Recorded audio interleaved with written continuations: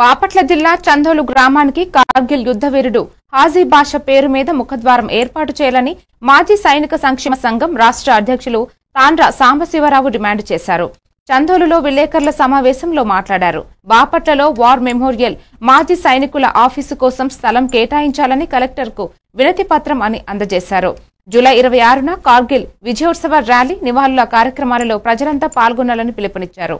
మాజీ సైనిక సంక్షేమ సంఘం అధ్యక్షునిగా బాపట్ల మాజీ సైనికుల ఆధ్వర్యంలో మరి కార్గిల్ విజయోత్సవ ర్యాలీ జరుపుకోవాలని చెప్పి నిర్ణయించడం జరిగింది. అందులో భాగంగా ఈరోజు మరి మా మాజీ సైనికులందరూ కూడా కలిసి వెళ్ళి బాపట్ల జిల్లా కలెక్టర్ గారైనటువంటి గౌరవనీయులు వెంకట మురళీ గారిని ఆహ్వానించడం జరిగింది. అదేవిధంగా బాపట్ల శాసనసభ్యులు శ్రీ వేగేసిన నరేంద్రరావు రాజు గారిని కూడా ఆహ్వానించడం జరుగుతుంది. ఈ ప్రముఖులు వీరిద్దరే కాకుండా బాపట్ల పట్టణంలో ఉన్న ప్రముఖులందరూ కూడా అన్ని రాజకీయ పార్టీల నాయకులు కూడా మరి కులాలకి మతాలకి రాజకీయ పార్టీలకు అతీతంగా రేపు జరగబోయేటటువంటి కార్గిల్ విజయోత్సవ ర్యాలీలో మరి పాల్గొనాలని చెప్పి మాజీ సైనికులుగా మేము పిలుపునిస్తున్నాం. మరి రేపు 9 గంటలకు బాపట్ల పట్టణం జమ్ములపాలెం ఫ్లైఓవర్ దగ్గర ఉన్నటువంటి అంబేద్కర్ గారి సర్కిల్ దగ్గర మరి కార్యక్రమం నిర్వహించబడను.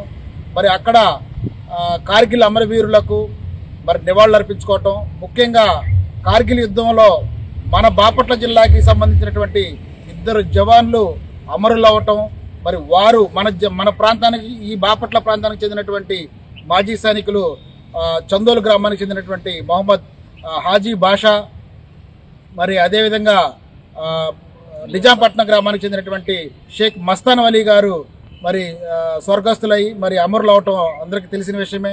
వారిరువురి కూడా మరి రేపు కలెక్టర్ గారి ఆధ్వర్యంలో నివాళులు అర్పించుకోవడం జరుగుతుంది. అంబేద్కర్ స్టాచ్యూ దగ్గర మరి కార్యక్రమం నిర్వహించుకొని బాపట్ల పట్టణంలో ర్యాలీ నిర్వహించుకొని మరి అమరులైనటువంటి కార్గిల్ వీరులకు జోహార్లు చెప్పుకోవటం, భారత మాతకు జై జైలు